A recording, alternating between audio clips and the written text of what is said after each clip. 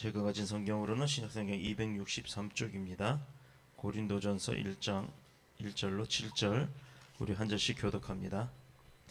하나님의 뜻에 따라 그리스도 예수의 사도로 부르심을 받은 바울과 형제 소스데네는 고린도에 있는 하나님의 교회 곧 그리스도 예수 안에서 거룩하여지고 성도라 부르심을 받은 자들과 또 각처에서 우리의 주 곧 그들과 우리의 주 되신 예수 그리스도의 이름을 부르는 모든 자들에게 하나님 우리 아버지와 주 예수 그리스도로부터 은혜와 평강이 있기를 원하노라. 그리스도 예수 안에서 너희에게 주신 하나님의 은혜로 말미암아 내가 너희를 위하여 항상 하나님께 감사하노니 이는 너희가 그 안에서 모든 일 곧 모든 언변과 모든 지식에 풍족함으로. 그리스도의 증거가 너희 중에 견고하게 되어 함께 읽겠습니다. 너희가 모든 은사에 부족함이 없이 우리 주 예수 그리스도의 나타나심을 기다림이라. 아멘. 살아계신 하나님의 말씀입니다. 자, 오늘 본문의 말씀을 가지고 나눌 은혜의 제목은 교회가 못하는데요 라는 말씀의 제목으로 함께 은혜를 나누겠습니다. 드려진 예물 위해 기도하고 말씀을 전하도록 합니다. 역사하시는 아버지 하나님 감사합니다. 건물을 인수하게 하셔서 주님의 뜻대로 사용케 하여 주옵소서. 작은 교회지만 큰 영향력이 있는 더뉴스 복음교회로 그리고 모든 지체와 가정들로 축복하여 주옵소서. 종의 가정에서 1,000번째 예물을 드립니다. 능력의 아버지 하나님 감사합니다. 말씀의 은혜 가운데 능력이 선포되어지는 교회가 되게 하시고 또 종의 기도처럼 아버지 하나님께서 뜻하신 바 그 뜻을 이뤄나갈 수 있도록 믿음의 간구가 응답되어지는 역사함이 있도록 축복하여 주옵소서. 드려진 예물 가운데 함께 하시며 축복하시는 줄 믿사오며 그리스도신 예수님의 이름으로 감사 기도드립니다. 아멘. 자, 고린도전서 1장 1절에서 7절의 말씀. 교회가 못하는데요. 교회가 뭐하는데요? 라는 말씀의 제목으로 함께 은혜를 나누도록 하겠습니다. 자, 세상 가운데 우리가 그 흔히 말하는 우리 이런 건물을 말하는 그 교회를 세상 사람들은 뭐라고 생각을 하나요? 교회가 대체 뭐 하는 곳일까? 그냥 가면 뭐 예수 증거하고 또 뭐 헌금 받아서 그거 가지고 어떤 뭐 좋은 일을 하고 하는 이제 뭐 그렇게 여러 가지로 생각을 하겠죠. 그런데 정작 교회가 무엇을 하는 곳인지는 세상 사람들은 잘 모른다는 데 문제가 있다는 겁니다. 사람들은요, 교회를 세상에 존재하는 일반적인 종교 단체나 아니면 어떤 그 모임, 그 도덕성을 함양시키고자 하는 건전한 뭐 교제나 또 아니면 좋은 말을 통해서 그 사람들이 도덕성을 갖게 하는 그런 어떤 도덕적 모임의 단체들의 그 모임의 성격을 가진 뭐 그런 집단이라고 생각하는 경우도 있고요. 그래서 어떨 때 보면 어떤 자기들만의 경제적 이익 아니면 자기들만의 사상, 자기들만의 생각을 가지고 그 이익을 따라 움직이는 집단이다 이렇게 오해하기도 합니다. 왜냐하면 우리 교회, 또 우리 목사님, 또 우리 교구, 또 뭐 우리 교회에서 하는 사역 이런 식으로 이야기를 하다 보면 세상 사람들이 전달받을 때 그걸 뭔가 좀 오해할 수가 있는 소지들이 있다라는 거예요. 그래서 교회의 문제나 사건들을 가지고 공격하고 어떤 교회가 아무리 큰 뭐합니까 거기서 뭐 하나 잘못했다 그러면 심지어 다른 교회조차도 비방을 하는 판인데 세상 사람들이 그런 문제를 봤을 때는 그 교회 하나로 인해서 다 그렇지 않은 다른 교회 모두가 함께 도매금으로 싸잡아져 가버린다는 얘기예요. 교회가 다 그렇지 뭐 이렇게 자기가 싫으면 싫다. 내가 싫어서 안 다니겠다. 나는 거기가 믿음이 가지 않아서 싫다. 이렇게 하면 그만인데도 불구하고 어떤 한 사람이 교회의 비방의 이야기를 갖고 지속적으로 공격을 하고 비난하면서 또 심지어 과격한 사람들은 교회가 세상에 존재하는 것 자체를 용납하지 않으려고 오만 가지 이제 방법들을 정책적인 방법들을 써서 교회를 무너뜨리려고까지 하기도 합니다. 죄 짓지 않고 착하게 살면 교회라는 곳이 필요가 없다. 그렇게 생각하는 사람들이 있어요. 왜? 착하게 살면 천국 간다고 믿으니까. 그들은 나쁘게 살면 지옥 가고요. 착하게 살면 천국 간다라고 생각을 하는 사람들이 있어요. 이들이 교회를 다녔든 안 다녔든 그게 중요한 것이 아니라 그들의 사상이 예수 그리스도를 인정을 하지 않고 교회를 부정하고 그럼에도 스스로가 잘 살고 착하게 살면 천국 갈 수 있다라고 오해를 한다는 얘기입니다. 그리고 과학시대에 무슨 기도를 하느냐, 요즘처럼 과학 이기주의에 문명화되어 있는 이 세상에서 기도해서 되는 게 뭐가 있느냐, 과학적 근거를 따져서 해결을 하려고 해야지. 질병에 있으면 병을 고치려면 병원 가서 고쳐야지. 그런데 병원 가면요, 웬만큼 잘 알려져 있는 병 같으면 치료 방법이 나오지만 잘 모르는 병 같으면요, 대부분 뭐예요? 스트레스라고 얘기를 합니다. 스트레스성 과민성 대장 증상 해서 설사가 멈추지 않는 거예요. 스트레스성으로 이명이 있어서 귀가 안 들리는 거예요. 스트레스성으로 두통이 오는 거예요. 그럼 뭐예요? 스트레스 받지 말고 쉬래요. 여러분, 스트레스가 뭐예요? 의사가 그렇게 매번 스트레스성이라고 얘기하는 그 스트레스는 대체 뭡니까? 그걸 안 알려주잖아요. 신경 쓰지 마시고 마음을 편안하게 갖고요. 자, 오늘 성경 본문에 보면 뭐라고 되어 있습니까? 3절에 하나님 우리 아버지와 주 예수 그리스도로부터 은혜와 평강이 있기를 원하노라. 축복의 말씀이 있어요. 이 은혜와 평강은 누구로부터 온다고요? 하나님 아버지로부터. 그런데 병원에서 의사가 그래요. 마음의 평안을 가지래요. 어떻게? 교회도 안 나오고 예수도 모르는 사람이 마음의 평안을 얻을 수가 있어요? 하나님을 만나야 얻을 수 있잖아요. 바로 교회가 뭐 하는 데인지는 여기서부터 시작이 됩니다. 교회 가면 이거 해라 저건 하면 안 된다, 이래라 저래라 뭐 어쩌고 저쩌고 이렇게 하니까 그게 싫대요. 자기를 통제하는 게 싫답니다. 내 나이 50, 내 나이 60, 70인데 이제 와서 교회 목사가 뭐 하지 마라 뭐 하지 마. 에이, 안 가. 그게 그 교회 목사가 지시를 하는 건가요? 그걸 잘못 생각들을 합니다. 만일 교회가 세상 사람들이 생각하는 그런 수준의 모임이라면, 단체라면 세상 사람들이 비판하는 말이 맞아요. 그럴 수밖에 없는 겁니다. 그러나 그렇게 하다 보면 그 사람들처럼 교회가 그런 수준이라면 세상 사람들 비판을 받을 만한 짓을 하는 거고, 똑같은 상황이라면 교회 안 나가도 되는 게 맞단 말이에요. 그렇죠? 그렇다면 우리가 교회 다니는 이유가 뭐에 있는 거예요? 그 사람들이 생각하는 것처럼 교회 와서 좋은 말 배워서 나가서 좋은 일하고 착한 일하고 살려고, 도덕적으로 살려고, 그것만 하려고 교회에 나오나요? 그 사람들이 원하는 그대로만 교회가 한다 그러면 세상에 봉사만 하고 섬김으로 나누기만 하고 예수 증거 안 하고 뭐가 원리인지 뭐가 진리인지 안 가르친다면 하지 말아야 될 거 하지 말라 그러고 해야 될 것만 하라 그러야 되고 이렇게 해야 되는데, 자기들 좋아하는 거 다 해가면서 그냥 그 사람들 인본주의로 가버리면, 교회가 그렇게 가버리면 그 사람들이 말하는 착하게 살아 천국 가는 거나 교회 나와서 착하게 살고 천국 가는 거랑 똑같다는 얘기죠.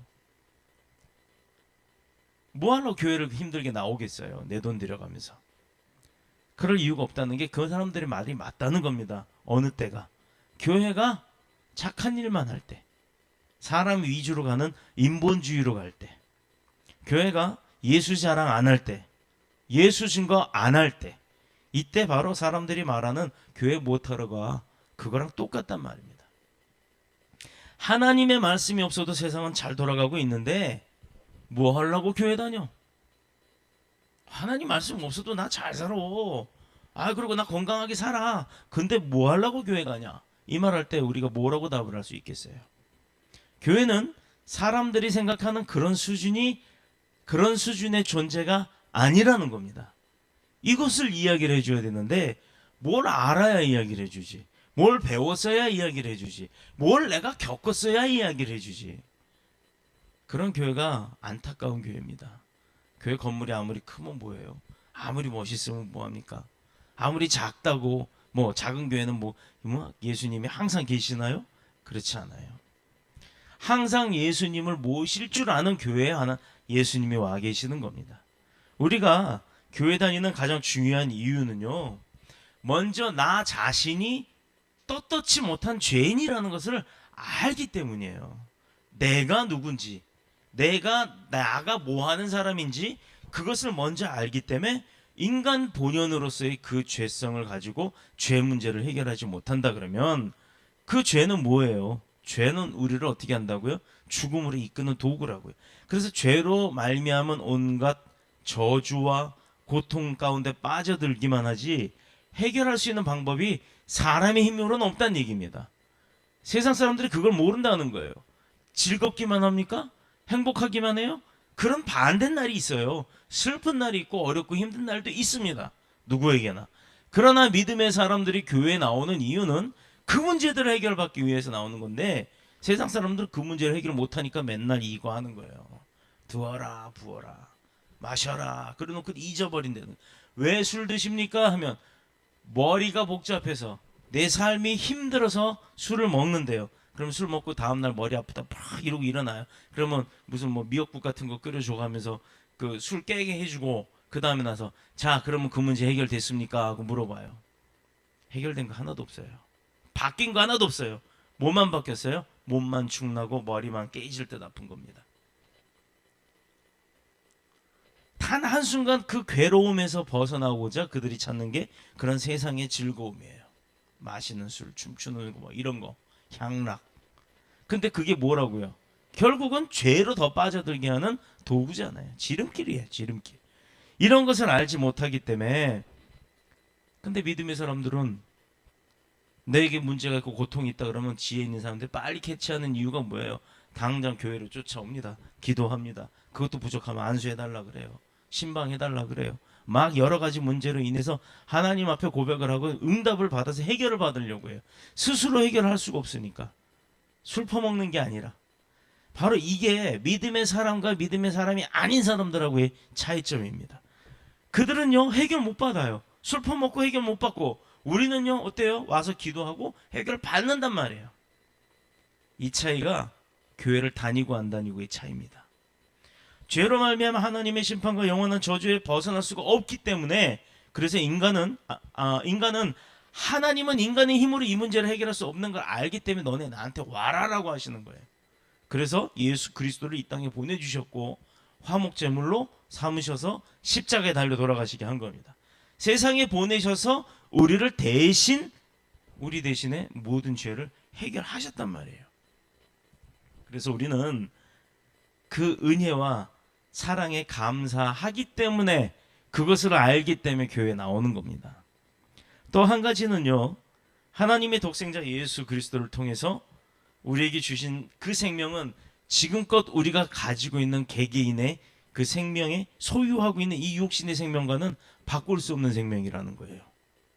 내 생명보다도 더 귀한 생명이 바로 십자가에 달려 돌아가신 예수 그리스도의 그 생명이라는 얘기입니다. 사람들은 생명이라는 것이 그럭저럭 그냥 잘 먹고 잘 살고 누구에게나 엄마 아빠 사이에서 태어나면 저절로 생기는 것, 누구에게나 태어난 사람에게 주어진 생명이라고 하죠. 자 봅시다.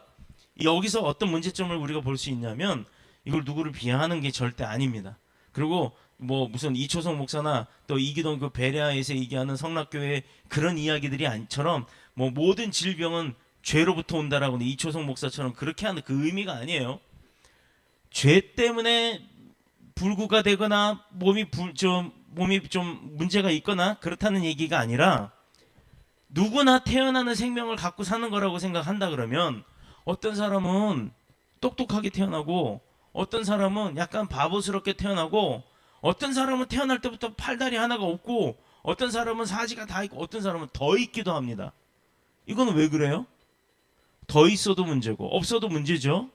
그러면 정상적으로 태어난 우리는 누구나가 갖고 사는 그 생명력이라 그러면 누구나 100년 아니 80년 정해진 그 인생을 똑같이 살아야 될 거 아니에요. 그런데 어떤 사람은 10년 살고서 교통사고 나서 죽기도 하고 여러 가지의 삶을 산다는 이야기가 왜 그렇게 차이가 나느냐. 생명이 다 똑같지 않기 때문입니다. 그 생명은요. 그렇다고 이걸 또 가지고 또 운명론이라고 얘기한다고 하는데 운명이라는 건 사람에게 정해진 게 없어요. 사람에게는 누구나 공평하게 하나님이 똑같은 기회를 주셨는데 자기 스스로가 하나님의 말씀을 알고 따라가는 사람이 그 삶과 그렇지 않은 사람의 삶으로 구분져진다는 겁니다. 분명히 하나님을 따라가게끔 만들어 놓으셨는데 태어나서는 자기가 똑똑하다. 내가 능력이 있다. 나를 믿어라. 내가 그거 왜 믿냐. 이런 식으로 부정적으로 살아가고 세상 가운데서도 뭐 천상천하 유아 독전 뭐 이렇게 이런 말도 있잖아요. 자기 뜻대로 살아가는 사람들이 그런 문제를 겪게 된다라는 겁니다. 사람들은 생명이 그냥 그럭저럭 자기에게 다 주어지는 거라고 생각을 하는데 절대 그렇지 않다는 거예요. 돈이 많고 세상에서 잘 나가는 인생이라면 그것이 귀한 인생이라고 생각을 하죠. 그러다 보니 생명도 저절로 있는 것이라고 착각을 합니다. 아무리 돈 많고 명예 있고 권력 있으면 뭐합니까? 병들면 못 고쳐요. 못 고친다고요. 근데 예수님은 이 생명에 대해서 뭐라고 얘기를 하셨냐? 마태복음 16장 26절에 만일 사람이 온 천하를 얻고도 제 목숨을 잃으면 무엇이 유익하리요? 세상 거 다 가져도 자기 목숨이 없어져 버리면 뭐가 유익하냐 이 말입니다. 뭐 때문에 그렇게 열심히 노력하고 살았냐 이 말이에요. 사람이 무엇을 주고 제 목숨을 바꾸겠느냐라고 말씀을 하십니다. 이 얘기는 결론은 뭐예요? 아무리 세상에서 잘났다, 높다, 능력 있다, 권력 있다 해라고 해봤자 생명의 주권자인 하나님의 뜻대로 그 생명을 걷어가 버리시면 아무것도 아니라는 거예요. 그런데 그런 하나님을 모르고 사는 게 얼마나 안타깝고 어리석은 겁니까? 우리의 생명이 뭐냐?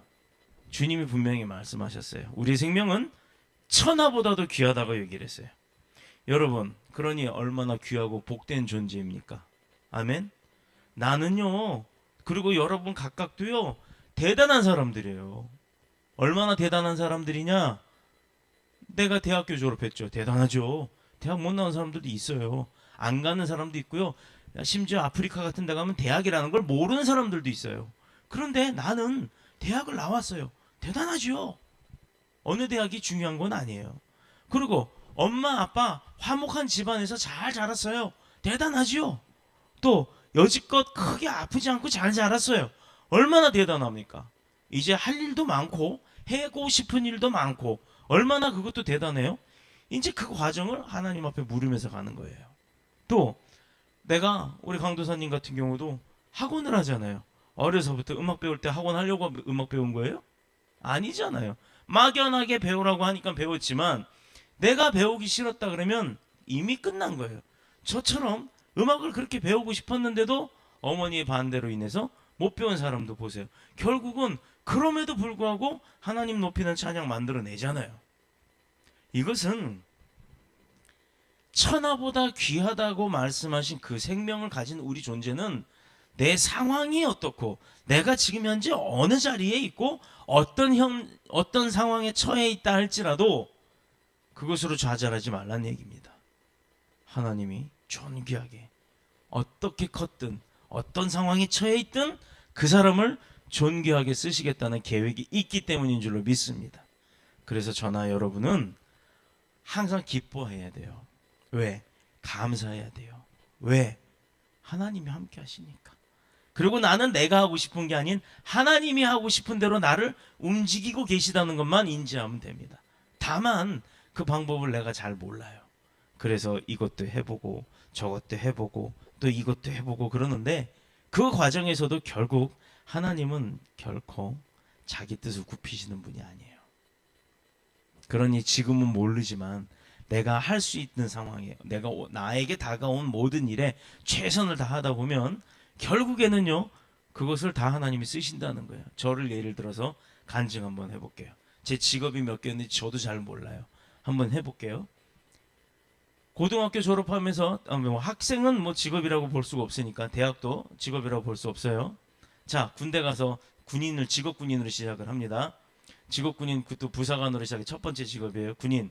그런데 군인 제대할 때쯤 되니까 어느 공무원이 어디로 해서 나를 좀 써야 되니까 어디로 가라 해갖고 가게 돼요.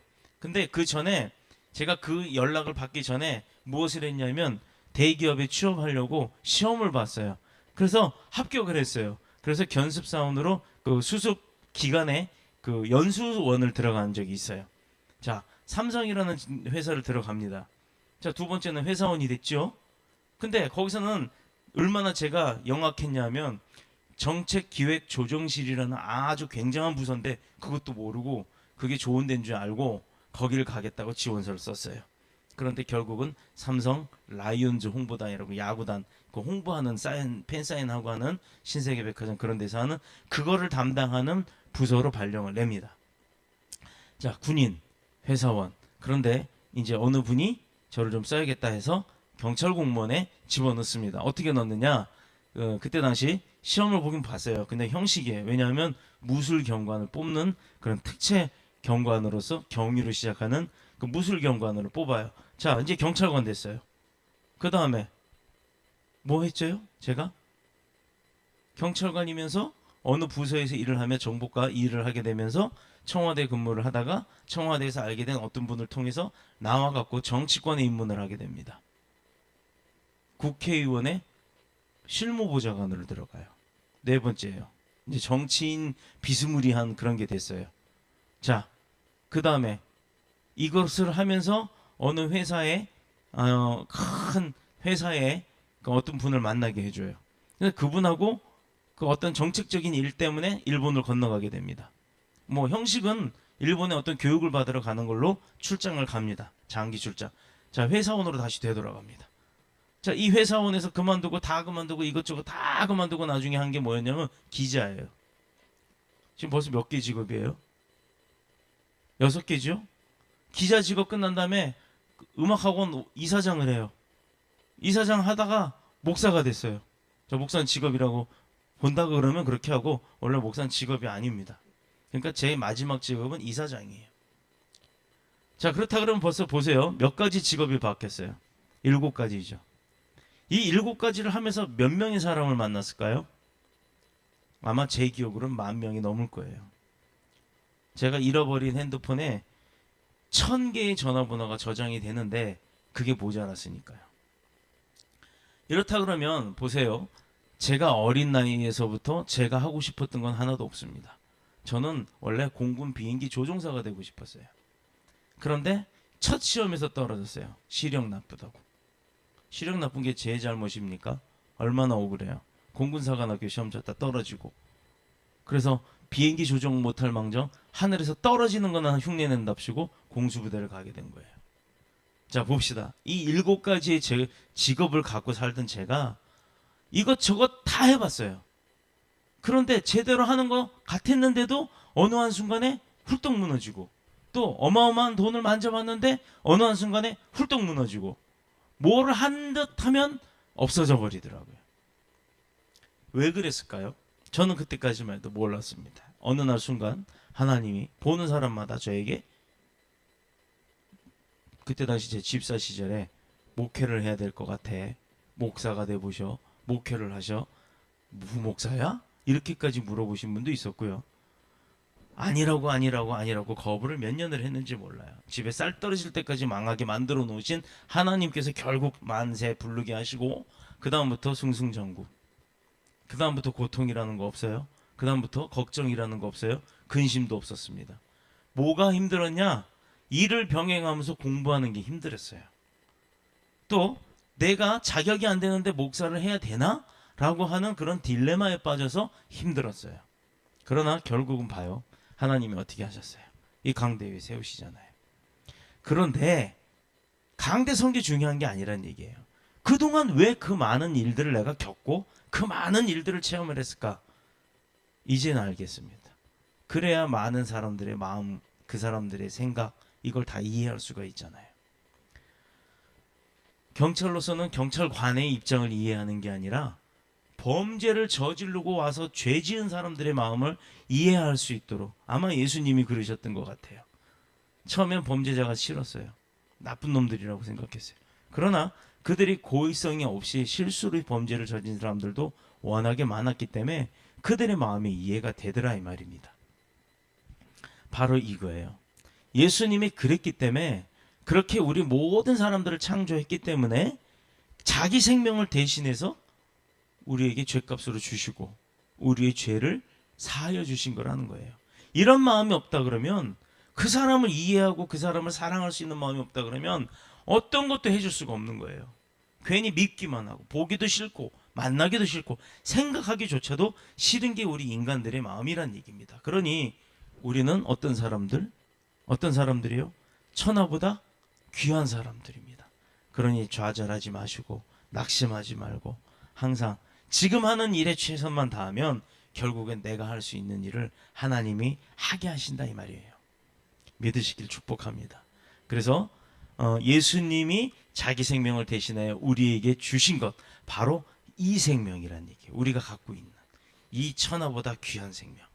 자, 택시를 탔는데요, 기사가 엄청나게 이 운전을 험하게 해요. 막 가다가 확 쓰고 해요. 옆에 앉아 있는 내가 나도 모르게 이걸 붙들게 되더라고요. 그랬더니 기사 양반 좀 천천히 좀 갑시다. 그랬더니 뭘 그렇게 오래 살려고 그러냐 저보러. 그냥 팍팍 살다가, 짧고 굵게 살다가 죽으면 그만이지 뭘 그게 그런 게 겁난다고 그러고 뭐 그걸 부딪혀 잡고 그러고 앉아 계시냐고. 아, 내가 불안하다고. 그래서 손 좀 놓고 편안히 계세요. 아, 이래봬도 나 무사고가 몇십 년이에요, 이렇게 운전을 하시면서 그렇게 얘기를 하더라고요. 근데 생명에 대해서 그렇게 하찮게 생각을 하고 사니까 그런 행동도 그렇잖아요. 그럼 결국엔 거짓말하고 강도짓하고 온갖 못된 짓 할 거란 얘기예요. 생명 자체를 우습게 하니까 내 생명뿐만 아니라 남의 생명도 그렇게 우습게 한다는 얘기니까. 그러나 하나님이 우리에게 주신 생명은요, 그렇게 막 사는 생명이 아니라는 겁니다. 자기 마음대로 제멋대로 사는 인생이 아니라 하나님이 우리에게 주신 생명은 그분의 아들 희생해서 얻은 가장 귀한 생명이에요. 그러니 하나님께서 우리 생명을 얼마나 귀하게 여기겠냐 이 말이에요.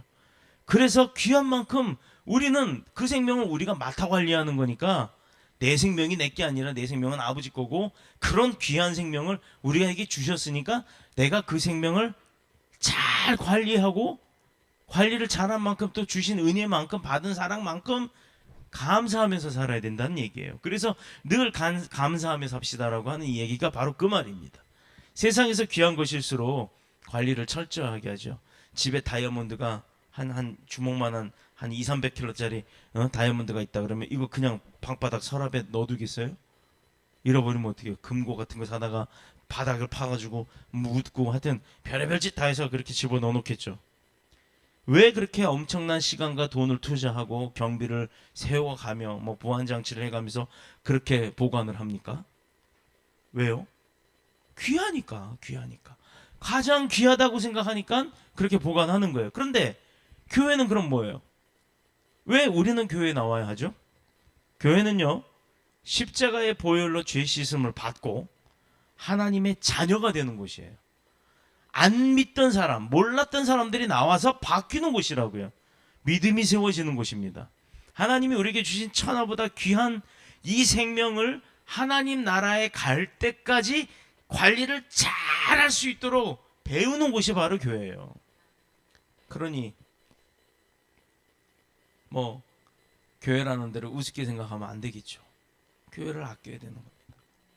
또 오늘 본문을 잘 살펴보면 교회가 어떤 곳이며 교회가 무엇을 하는 곳인가를 잘 알 수 있는데, 1절에 보면요, 하나님의 뜻에 따라 예수 그리스도 예수의 사도로 부르심을 입은 바울. 누가 불렀다고요? 하나님께서 부르셨어요. 하나님의 뜻에 따라 그리스도 예수의 사도로 부르심을 입은 바울. 그리고 2절에는 그리스도 예수 안에서 거룩하여 주고 교인이 아닌 성도라 부르심을 입은 자들. 성도, 성스러운 길을 가는 자, 성도.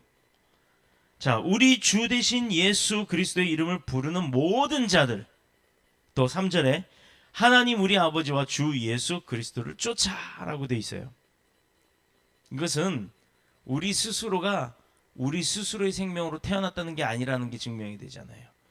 이것은 교회가 예수 그리스도로 말미암아 존재가 되는 것이고, 또 교회는 그분의 소유인 것이고, 또 그분의 이름에 의존하지 않고서는 존재 자체를 유지할 수가 없다라는 것을 증명하는 거예요. 왜 그렇게 말할 수 있느냐? 첫 번째, 교회는 하나님이 모든 인생을 영원토록 축복하기 위해서 선물로 주신 거예요. 하나님은 죄로 말미암아 멸망 가운데 빠져서 죽음, 사망으로 빠져야 될 그런 인생을 구원하시고, 구원을 받은 인생을 그냥 두는 것이 아니라 어떻게 하셨다고요? 축복하셨다고요. 축복하기 위해서 교회라는 곳을 통해 놀라운 계획을 그 사람을 통해 할 것을, 그 계획을 그 사람에게 세워 놓으셨는데, 아직까지 내가 그 계획의 목적을 모르고 있기 때문에 찾아가고 있는 과정이란 얘기예요.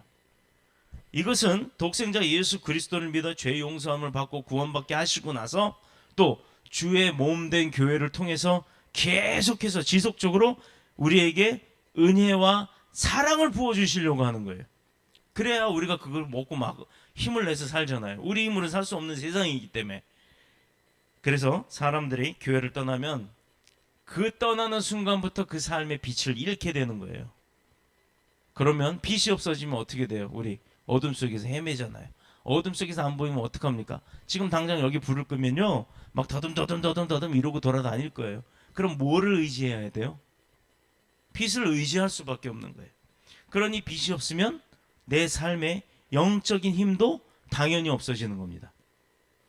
인생의 삶이 의미와 목적을 잃고 내 갈 길을 몰라서 이리로 갔다 부딪히고 상처받고 되돌아와서 다시 이리로 갔더니 여기도 아니요, 여기 갔더니 이번엔 무덤에 푹 빠져갖고 헤어나오기도 힘들어 겨우겨우 힘 있는 힘 없는 힘 젖먹던 힘까지 다 짜내서 겨우겨우 나왔더니 이번엔 앞에서 사자가 입을 딱 벌리고 있어요. 이게 저와 여러분이 가는 세상입니다. 참되신 빛으로 오신 주님의 능력 가운데 인도하심과 보호하심 가운데가 우리가 보호받지 못한다면 우리는 그렇게 이리 갔다 저리 갔다 헤매고 빠지고 지칠 대로 지친 다음에 톡 나왔더니 이제 살만하다 싶었더니 앞에 사자가 입을 딱 벌리고 있다는 얘기예요. 빛을 잃으면. 그러나 주님의 몸된 교회를 중심으로 사는 자들에게는 그 사람 삶에 인생의 생수가 넘치는 줄로 믿습니다. 또 그 사람의 삶에 은혜가 넘쳐 말씀이 축복이 있고 또 삶의 지혜와 능력이 충만하게 될 줄로 믿습니다. 못된 짓을 밤못듯 하고 돌아다니는 사람들의 특징이 뭔지 아세요? 그 사람들 특징이 있어요. 가면서도 여기저기 막 훑어봐요. 두리번. 왜 그런 줄 아십니까? 자기가 죄진 걸 알기 때문에. 그 죄값을 누가 잡으러 올까봐, 죄값을 받으러 누가 올까봐 두려워서 이리저리 본능적으로 그렇게 눈치를 보고 다녀요. 두리번 합니다. 그래서 경찰들이, 형사들이요, 사람들을 가다가 눈을 탁 보잖아요. 근데 눈을 마주치는 사람이 있고, 보통 제대로 된 사람, 떳떳한 사람은 뭐야, 왜 뭘 봐, 이러고 거기까지 돌아가면서 뒤까지, 그러다가도 어떤 사람들 들어서 어이 뭘 봐 이러고 이제 싸움이 나요. 그런데 죄인들은요, 눈 부딪히면 탁 돌립니다. 본능적으로 눈을 탁 이렇게 다른 데로 탁 돌려요. 안 쳐다봐요. 그런 사람들의 마음의 심성 가운데는 죄성이 있기 때문이에요. 우리를 거룩하게 하시고 어려운 자로 삶을 살 수 있도록 돕게 하시는 것이 바로 오늘 본문 2절에 기록된 대로 하신다는 겁니다. 그래서 우리의 삶은 은혜 가운데 충만하고 복된 삶이 되는 거예요. 그렇게 살 때. 대한민국이 1997년 95년부터 시작이 된 그 IMF 그 이후로 외환위기로 어려움을 겪었던 일들이 아직도 생생한 기억으로 남아 있습니다. 그 후 그 몇 년 후 2001년 10월에 일어난 미국의 엔론이라고 하는 회사의 회계부정 사건이 있었는데 어마어마한 역할을 했죠. 이 회사가 그 회계부정을 일으킴으로 인해서 미국에서 어떻게 보면 가장 혁신적인 기업이었고 세계적으로 영향력이 있었던 매우 높고 유명한 회사네요. 엔론이. 미국 증권거래위원회에서 수상하게 여기고 조사를 해봤더니 회계 부정이 일어난 거예요. 회사 돈을 다 이중장부를 해가지고 다 빼돌린 거예요. 180달러 하던 회사의 주식이 조사를 들어가니까 40센트로 뚝 떨어집니다. 그래서 그 회사의 주식을 갖고 있던 많은 사람들이 엄청난 피해를 입었어요. 그게 그 미국 사람들만 있는 게 아니라 전 세계, 그리고 우리나라에도 모 공기업에서 대규모로 거기 투자를 했었어요. 지금은 보험회사 관리하고 있는 그쪽입니다. 의료보험 관리했던 공단이 거기다 투자했다가 굉장히 큰 손실을 봤어요. 자, 회사의 가치가 순식간에 휴지 조각처럼 되고 말았어요. 이런 사건을 통해서 우리에게 보여주는 게 뭐냐면 세상에서 사람들이 가장 귀하게 여기는 돈이라는 것은요, 한순간에 날아간다는 거예요. 회사는 물론이고 사회나 국가나 그 근간이 정직성을 잃어버리고 나면, 정직함을 버리게 되면 다 흔들려 버리는, 공의로움이 없이 산다는 것은 흔들림을 받게 된다는 겁니다. 그래서 정직하고 공의로울 때 나라도 그렇고 국가도 그렇고 또 지역도 그렇고 사회도 그렇고 더불어 교회가 그렇게 정직하고 공의로운 삶으로 살 때 우리 자신의 삶은 든든한 반석 위에 설 수 있는 것입니다. 저는요, 한 사람이 얼마나 한 사람의 힘이 얼마나 큰 것인지 신호등 앞에서 체험한 적이 있어요. 보통 교회 앞에 신호등이 있는데 여기 평소에는 사람들이 그냥 무시하고 지나다닐 때가 많아요. 아, 이쪽이네요. 여기 저 약국 가다 보면 그 길 하나짜리 신호등이 없어도 사실은 되지만 거기가 이제 이 큰 도로하고 만나는 곳이라 여기 저 안경점 앞에 신호등이 하나가 있어요. 그러면 저는 파란불이면 건너가려고 서 있습니다. 근데 그러다 보면요, 막 가는 사람들이 많아요. 서 있는 제가 바보스러울 때까지도 있었어요. 어느 날 제가 그 신호등 앞에 신호를 지키니까 건너 쪽과 제 옆쪽 사람들이 건너가지 않고 서 있더라 이 말이에요. 제가 쓰니까. 근데 제가 가려고 그랬더니요, 우르르 가더라고요. 빨간불인데. 물론 차는 없었어요. 참 이것이 아이러니하더라 이 말이에요. 제 차가 만약에 예를 들어서 거기에 이제 제 차가 이렇게 갈 때라면 제 차가 경찰차도 아닌데 제가 서 있으면 다 쓰고 가버리면 간단 말이에요. 왜 그럴까요? 왜 그럴까요? 누군가 한 사람이 먼저 신호를 지키니까 다른 사람도 그냥 지켜야 되나 보다라고 생각을 하고 지키게 된다라는 거예요. 그러니 나 하나만이라도 지킨다 그러면 다른 사람들 중에 누구 하나는 보고 지킬 거 아니냐 이 말이에요. 사람은 눈에 보이는 것을 가지고 자기 자신과 동일시하려고 하는 그런 경향이 있다라고 합니다. 이것을 흔히 쉽게 말해서는 군중심리라고 해요. 누구 하나가 으쌰 하고 대들기 시작하면 옆에서 한마디씩 거들어요. 이게 10마디가 되고 100마디가 됩니다. 누구 하나 촛불 들면요, 많은 사람들 들고 나오기 시작해요. 누구 하나 광주에서 총 한 번 빵 쏴버리면 여러 사람이 따다다다당 하고 쏴버린 거하고 똑같은 거예요. 누가 쐈는지를 지금 못 찾고 있잖아요. 그러나 분명히 쏜 사람은 없고 총 맞아 죽은 사람은 있어요. 이것이 바로 군중심리입니다. 그런 것 때문에 일이 벌어지게 된 거예요. 그래서 지저분한 것은 거부 반응을 보이고 좋고 아름다운 것, 자랑이 되는 것에는 공감을 일으킬 수 있는 그런 행동을 해야 되는 것이 바로 믿음의 사람들이에요. 아름다운 결혼식을 보면서 나도 언젠가는 저런 식을 올리고 싶다. 또 아름다운 여자를 보고 멋있는 남자를 보면 나도 꼭 저런 사람들과 결혼하고 싶다. 이렇게 생각하는 마음들이 있을 거 아닙니까?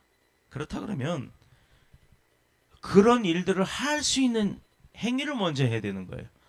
나 가만히 있고 나는 나쁜 짓만 저지르고 있는데 좋은 일만 하는 사람이 나랑 살자고 그러겠어요? 교회는 하나님의 말씀으로 가난한 사람이나 부한 사람이나 다 같이 행복해지고 복된 사람으로 만들어주는 곳입니다.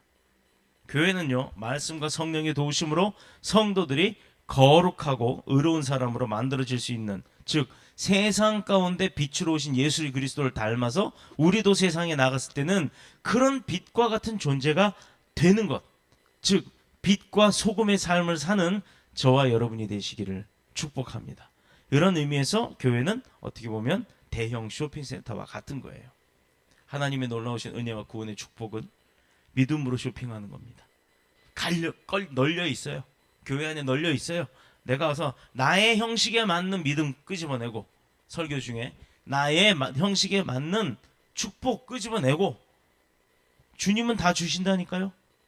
내가 우산을 쓰고 있는 거지. 축복의 단비가 다 내리고 있을 때 내가 받기 싫다고 졸면서 우산 탁 펴고 앉아 있어요. 그럼 나만 못 받는 거예요. 자, 여기저기 흩어져 있는 많은 축복과 은혜, 감사, 기쁨, 구원, 축복, 이런 믿음을 내가 도로 돌아다니면서 청소하면서 설거지하면서 또 뭐 유리창 닦으면서 전도하면서 말씀 들으면서 안내하면서 봉사하면서 아이들 섬겨가면서 이렇게 하면서 그 축복과 은혜들을 다 본인들이 찾아가는 거예요. 그렇다 그러면 어떻게 보면 교회는 믿음의 대형 쇼핑몰이다.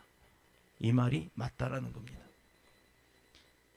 하나님은 놀라우신 은혜와 구원과 축복을 믿음으로 쇼핑할 수 있도록 우리에게 기회를 주시는 곳이 바로 교회예요. 왜 이런 표현을 쓰느냐? 이것도 제가 만든 것은 아닙니다. 이사야서 55장 1절을 보면요, 너희 목마른 자들아 물로 나오라. 돈 없는 자도 오라. 너희는 와서 사 먹되 돈 없이 값없이 와서 포도주와 못을 젖을 사라 라고 말씀하셨어요. 누구나가 다. 이곳에 와서 누구나가 그 믿음의 쇼핑을 하는 거예요. 잘 건져가는 거예요. 잘못 건져갈 수는 없겠죠. 다 좋은 거니까. 그러나 어떤 사람이 잘 건지면 대박 축복을 받아가는 거고, 어떤 사람이 받아간 잘못 건져가면 그거는 쪽박 축복이 되겠죠. 대박 축복, 쪽박 축복. 표현이 그렇다는 거지. 다 축복입니다. 교회는 병자가 나오면 건강함을 얻는 곳이에요. 그러니 병원이죠. 괴로운 자가 나오면 위로와 평안을 얻는 곳이에요. 자, 세상 말로는 뭐 클럽이 될 수도 있고 소주 먹는 데도 될 수가 있는 거예요. 교회가 바로 그런 곳이에요. 이렇게 해서 나는 평안을 얻고 가니까. 실패하는 자가 나오면 다 성공을 얻고 갑니다. 성공하는 지혜를 얻으니까. 왜? 카운셀링이 돼요. 주님이 응답하십니다. 주님이 위로하십니다. 주님이 계획하시고 이끌어내세요. 오죽 말 안 들으면 뒤통수 한 대 때려서라도 끌고 가시는 게 주님이란 얘기예요. 바로 교회가 그런 곳이에요. 죄로 말미암아 고통과 저주에 빠진 자가 오면 사죄함과 평안함을 얻을 수 있는 곳도 교회입니다. 어떨 때? 주님을 믿고 그렇게 되기를 원할 때. 자, 우리 교회 담임 목사님은 기도가 되게 짜. 안수도 잘 안 해주고, 저는 열심히 안수합니다. 근데 본인이 기도 받으면서 이대로 될까? 이거 역사 안 일어나요. 제가 왜 기도 자리를 만들어 놓고 받고 싶은 사람들은 앞으로 나오세요라고 하고 먼저 가서 안수해 준단 말을 안 하는 이유가 뭔지 아세요? 목이 말라서 갈급한 자가 물을 마셔야 이 물이 달고 시원한 줄 알아요. 배가 빵빵하게 커피 마시고 음료수 마시고 금방 탄산음료 잔뜩 먹고 온 사람 보고 물 드세요.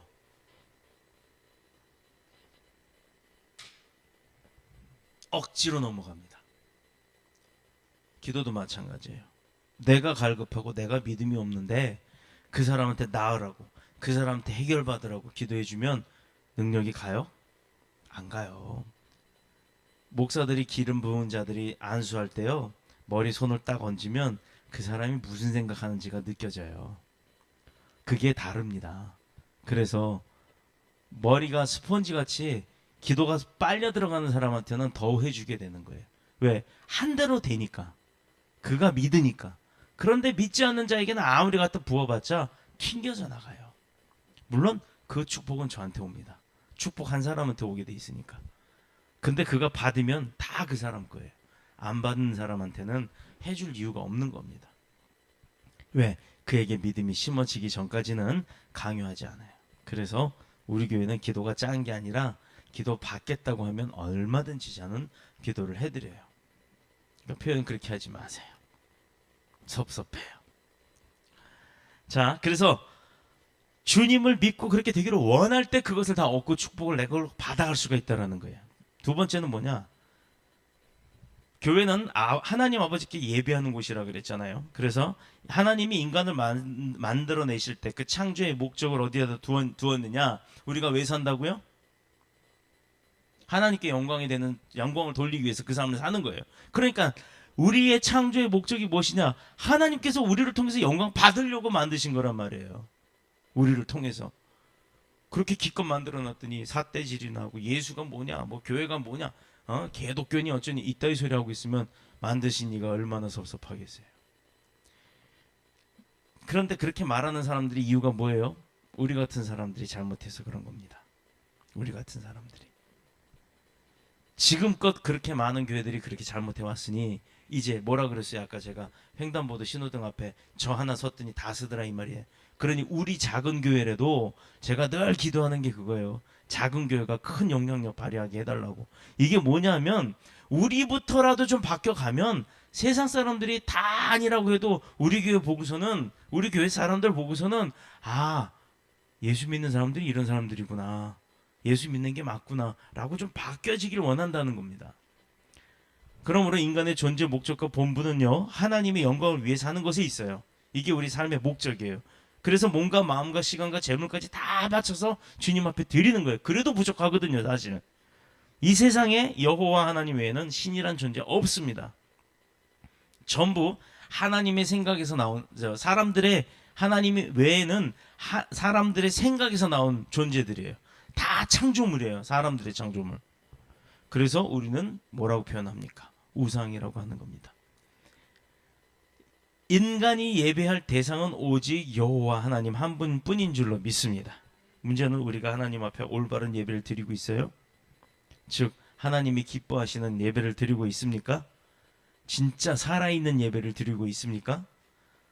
이 사실을 사람들이 놓치고 있는 거예요. 많은 교회가 이 세 가지 사실을 놓치는 거예요. 올바른 교회 예배냐, 살아있는 예배냐, 진정으로 드리는 예배냐, 목적으로 모인 예배냐. 이걸 차이를 두질 않고 아무렇게나 그저 형식적으로 드러나는 것, 보이는 것, 멋있는 것만 추구하다 보니까 교회가 욕을 먹는 거예요.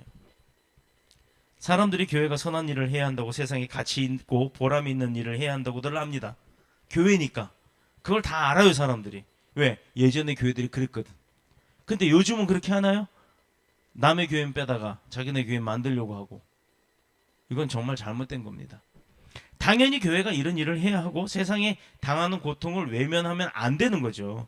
그런데 지금 요즘의 교회들은 뭐를 더 중시 여겨요? 교회 확장, 교회 성도수 불리는 데만 목적이 더 있다라는 겁니다. 제일 중요한 것은요, 이것도 저것도 아니에요. 전도도 중요합니다만 그것보다 더 중요한 게 있습니다. 뭐냐? 하나님 앞에 예배입니다. 예배가 살아야 믿음이 사는 거예요. 하나님과 우리와의 관계, 예배를 통해서 회복되고 또 예배를 통해서 그 언약의 관계가 이어져 나가는 거고, 그리고 이어져 나가는 것을 확인까지 할 수 있는 겁니다.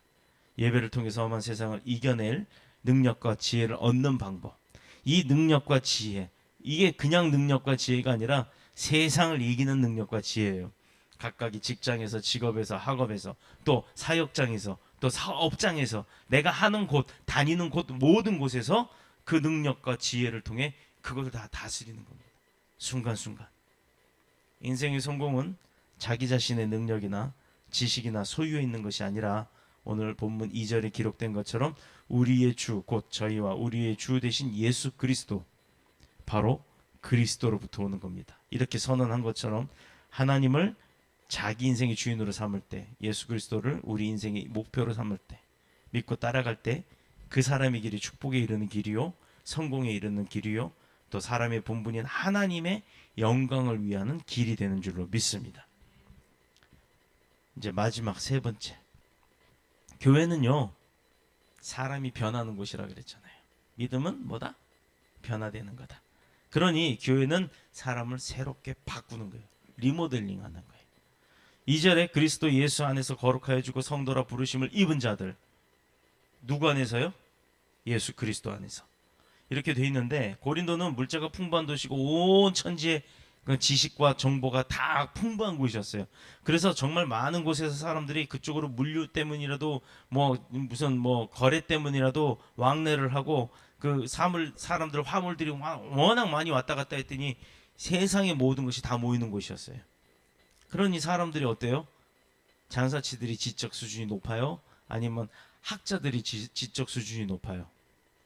장사하는 사람들도 많고 학자들도 많고 온 동네 세상에서 물건들이 들어오면서 지식들이 다 들어오는 거예요.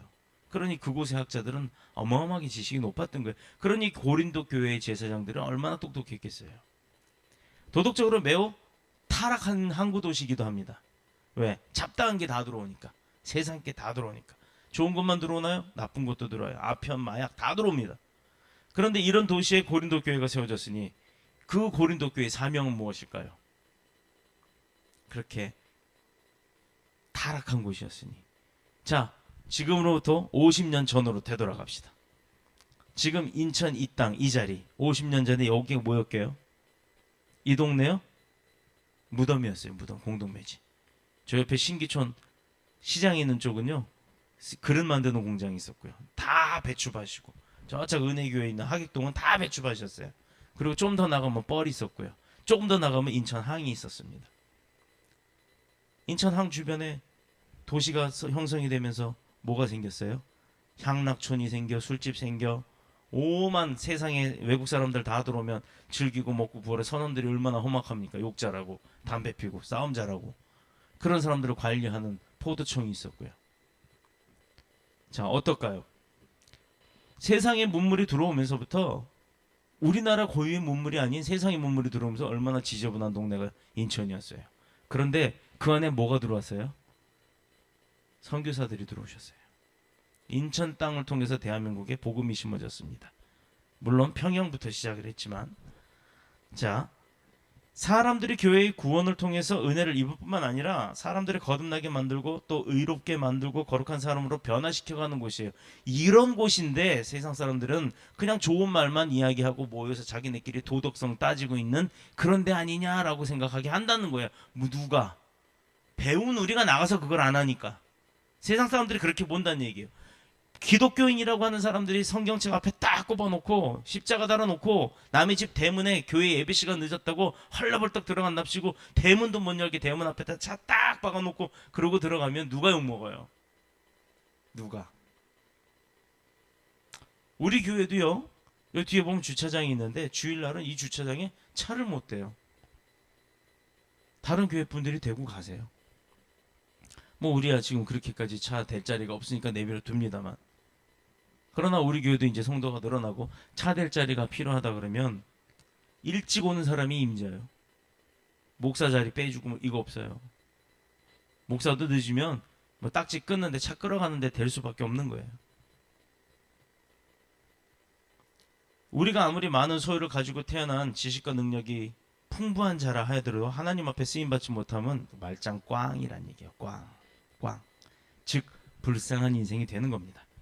그러나 분명한 사실 한 가지는 하나님은 되는 것도 안 되게 하시고 안 되는 것도 되게 하시는 분이라는 거 믿으십니까? 믿으셔야 돼요. 바로 그것 때문에 우리가 이렇게 하나님을 섬기는 거예요. 우리는 겪은 사람들이기 때문에. 그래서 폴 틸리히라고 하는 사람이 기도하기를, 하나님, 내가 변화시킬 수 없는 것들은 있는 그대로 받아들일 수 있는 평안을 주시고 내가 변화시킬 수 있는 것들은 변화시킬 수 있는 능력과 용기를 주시옵소서. 이렇게 기도했어요. 얼마나 대단한 기도예요. 얼마나 현명한 기도입니까? 3절에 기록된 대로 누가 은혜로운 사람이라고요? 하나님의 은혜를 아는 사람들이 은혜로운 사람들이에요. 왜? 그 사람들은요, 하나님 앞에는 아무것도 아닌 건 알기 때문에, 내가 아무리 많이 갖고 있어도 소용없다는 거 알기 때문에 겸손한 자들이에요. 교만하지 않은 자는 얘기입니다. 이유는 그들은 인생의 한계가 어디라는 걸 아는 거예요. 내가 할 수 없는 게 뭔지를 아는 거예요. 그렇기 때문에 하나님이 대단하신 것이 내가 대단한 게 아니라는 거예요. 자, 보세요. 이 교회 만든 거 자꾸 제 자랑 같은 느낌이 들어서 안 하려고 하는데 진짜 이건 제가 한 게 아니잖아요. 여러분 다 알다시피 2달 걸렸나요? 지금 기억도 안 나요. 하여튼 2달 정도 걸려서 만들어냈지만 이거 정말로 저 할 수 있는 게 아니었어요. 지금도 여기 공구가 있지만 지금 다시 써보라 그러면 그 공구 어떻게 쓰는지 몰라요. 어떻게 했는지도 몰라요. 설계도 어떻게 했는지도 몰라요.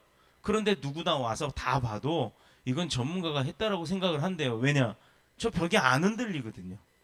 절대 안 흔들려요. 어떻게 그렇게 만들었는지 저도 기억이 안 나요. 진짜로. 그런데 이거 제가 지었습니다. 제가 만들었습니다. 이렇게 자랑할 수 있어요, 제가? 왜? 제가 했다 그러면 또 해보라고 하면 또 해야 되잖아요. 또 만들어내야 되잖아요. 근데 못 만들어요. 못해요, 진짜. 이것은 바로 나의 한계를 알고 있고 그런 한계점을 알고 있는 나를 통해서 하나님이 역사하셨다는 거 우린 경험을 했기 때문에 그래서 안 되는 게 없다라는 거예요. 제 부대, 제가 나왔던 공수부대의 슬로건이 뭐냐면 안 되면 되게 하랍니다. 그런데 안 되는 건 안 돼요. 솔직하게. 안 되는 걸 어떻게 되게 합니까?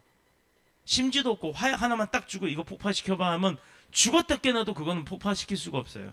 신관이나 내관, 장약이 다 있어야 되는데 아무것도 없이는 화약만 갖고는 터질 수 있는 방법이 돌멩이로 쪄야 빵 하고 터질 텐데 그것도 보통 압력으로 쳐야 됩니까? 어마어마한 압력으로 쳐야 되는데 못 터뜨려요. 근데 그걸 안 되면 되게 하래요. 못해요. 못하는 거 못합니다. 그런데 주님은 하게 하신다는 거예요.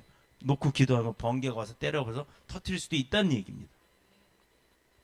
이게 바로 우리의 믿음이에요.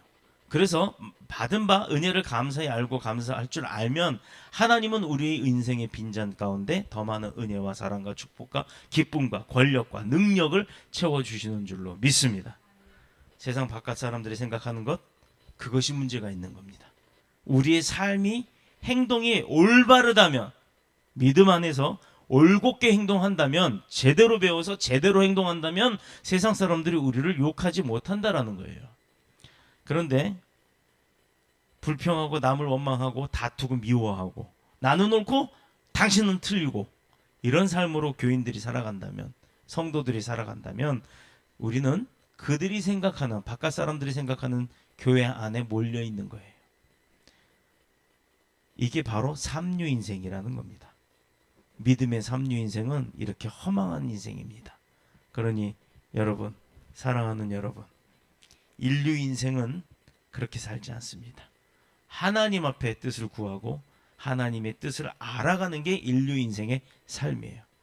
저와 여러분 모두가 믿음의 인류 인생이 되시기를 예수 그리스도 이름으로 축복합니다.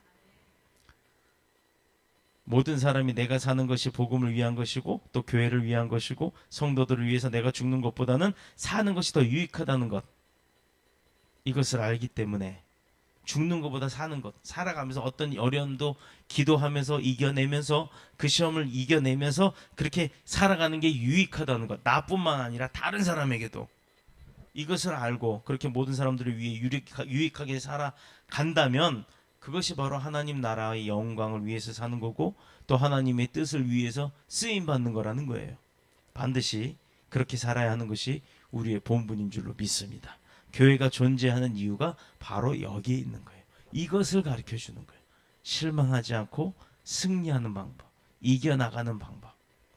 그래서 거듭남을 통해 주님이 주신 축복을 영원히 누리는 저와 여러분이 되시기를 그리스도이신 예수님의 이름으로 축복합니다. 축원합니다. 기도드리겠습니다. 주의 집에 영광이 가득해